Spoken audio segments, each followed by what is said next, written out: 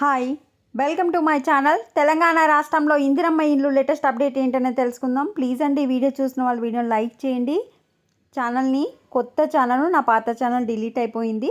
కొత్త ఛానల్ని తప్పకుండా సబ్స్క్రైబ్ చేసుకోండి, వీడియోని లైక్ చేయండి, మీ అభిప్రాయాన్ని కామెంట్ సెక్షన్లో కామెంట్ చేయండి. మీకు ఇల్లు వచ్చిందా, రాలేదా, ఎందుకు రాలేదు, మీ ఊర్లో ఇట్లాంటి ఏమైనా ప్రాబ్లమ్స్ ఉన్నాయా, మీరు ఓపెన్ అయితేనే, మీరు చెప్పుకోవడం స్టార్ట్ చేస్తేనే గవర్నమెంట్కి అనేది తెలుస్తుంది. కనుక వీడియో చూస్తున్న వాళ్ళు మీకు ఏ ప్రాబ్లం అయినా కమెంట్ సెక్షన్లో మెన్షన్ చేయండి. అందరూ వాయిస్ అవుట్ చేస్తేనే గవర్నమెంట్కి అనేది మన వాయిస్ రీచ్ అవుతూ ఉంటుంది.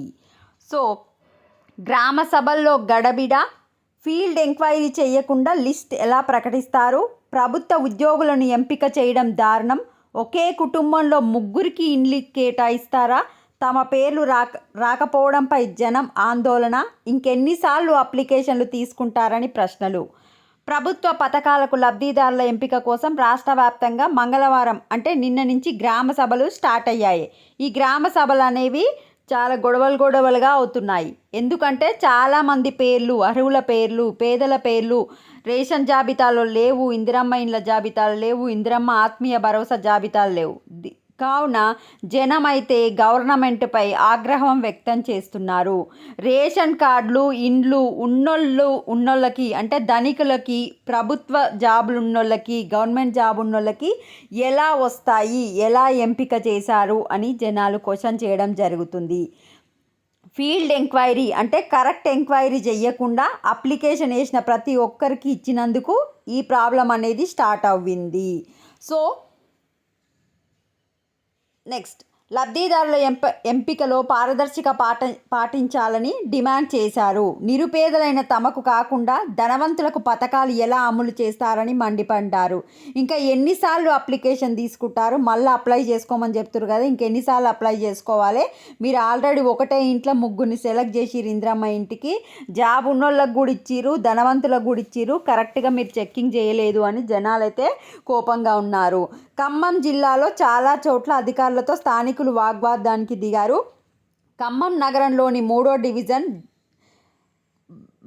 బల్లేపల్లిలో సెటిలర్లకు ఇందిరమ్మ ఇండ్లు వచ్చాయని మండిపడ్డారు. ఖమ్మంలో ఇది ప్రాబ్లం. కరీంనగర్ జిల్లా గన్నేరువరం మండలం చాకవానిపల్లిలో అనర్హుల ఎంపిక చేయడంలో గ్రామస్తులు ఆందోళనకు దిగారు. సో అలా పేర్లు లేవని చెప్పి గొడవ చేయడం జరిగింది. ఆల్రెడీ డబల్ బెడ్రూమ్ ఉన్న వాళ్ళకి మళ్ళీ ఇందిరమ్మ ఇండ్లు వచ్చాయని చెప్పి మెదక్ జిల్లా మనోహరాబాద్లో గొడవ పెట్టుకున్నారు. నెక్స్ట్, సూర్యాపేట జిల్లా కేంద్రంలోని 189 వార్డులో నిర్వహించిన గ్రామ సభల్లో జనం మున్సిపల్ సిబ్బందిని నిలదీశారు. అనర్హులకే స్కీములు కేటాయించారని ఫైర్ అయ్యారు. నెక్స్ట్, పెద్దపల్లి జిల్లాలో కూడా మనకు గ్రామ సభలో ఆందోళన చేశారు. రేషన్ కార్డుల కోసం దరఖాస్తు చేసుకున్నప్పటికీ లిస్టులో తమ పేరు లేదు. అయితే కుటుంబ సర్వేలో అప్లై చేసుకున్న వాళ్ళ పేరు మాత్రమే ఇవ్వడం జరిగింది. ప్రజాపాలనలో అప్లై చేసుకున్న వాళ్ళ పేర్లు రేషన్ కార్డులో ఇవ్వలేదు. భద్రాద్రి కొత్తగూడెం దమ్మాపేట మండలంలో కూడా ప్రాబ్లం ఏంటి అంటే రేషన్ కార్డులు అండ్ ఇందిరమ్మ ఇల్లు లేవని గొడవ చేయడం జరిగింది. ఈ విధంగా ఎక్కడ చూసినా కూడా మా పేర్లు రాలేదు, మాకెందుకు రాలేదు, వాళ్ళకి ఎందుకు వచ్చినాయి అని అయితే గొడవ అయితే స్టార్ట్ చేయడం జరిగింది. సో ఈ ప్రాబ్లం ఏంటి అంటే గవర్నమెంట్ ఫస్టే రూల్స్ అండ్ రెగ్యులేషన్స్ ఒక పాయింట్స్గా రిలీజ్ చేసి ఉంటే ఈ అధికారులకు వచ్చేసి ప్రాబ్లం అయ్యి ఉండేది కాదు. First point. సెకండ్ పాయింట్ వచ్చేసి ఈ అధికారులు కూడా కరెక్ట్గా ఫీల్డ్ వెరిఫికేషన్ అయితే చెయ్యలేదు. మేబీ మరి వాళ్ళు లైట్ తీసుకున్నారా, వాళ్ళకు టైం లేదా, గవర్నమెంట్ వాళ్ళని ఒత్తిడి చేసిందా తెలియదు. ఫీల్డ్ వెరిఫికేషన్ కరెక్ట్గా లేకపోవడం వల్లనే ఇప్పుడు ఈ జనాలకైతే ప్రాబ్లం వచ్చింది. అంటే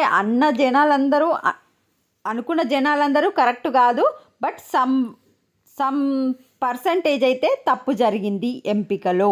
అంటే అందరూ రావాలని అనుకుంటారు, అందరికీ రాదు కదా. సో ఎక్కడైతే ఇప్పుడు ఆల్రెడీ ఇల్లున్న వాళ్ళకి ఇల్లు వచ్చిందో, గవర్నమెంట్ జాబ్ ఉన్న వాళ్ళకి వచ్చిందో, ముగ్గురికి ఒకటే కుటుంబంలో వచ్చిందో, ఇవైతే అధికారుల తప్పిదాలే. సో మళ్ళీ అప్లై చేసుకోమని చెప్తుంది గవర్నమెంట్, మళ్ళీ చెక్ చేస్తుందంట. తప్పకుండా చెక్ చేస్తుంది, టెన్షన్ పడకండి. మళ్ళీ గ్రామ సభలలో అప్లై చేసుకోండి. మీకు నిజంగా మీరు పేదవాళ్ళైతే మీకు ఇల్లు వస్తుంది. ఇది అప్డేట్. రేషన్ కార్డ్ అయినా సరే, ఇల్లు అయినా సరే. వీడియోని లైక్ చేయండి. మీ ఊర్లో ఏం జరిగింది, మీకు ఎంతవరకు వచ్చింది, మీకు ఇందిరమ్మ ఇల్లు వచ్చిందా, రేషన్ కార్డు వచ్చిందా, కామెంట్ సెక్షన్లో మెన్షన్ చేయండి. Thanks for watching.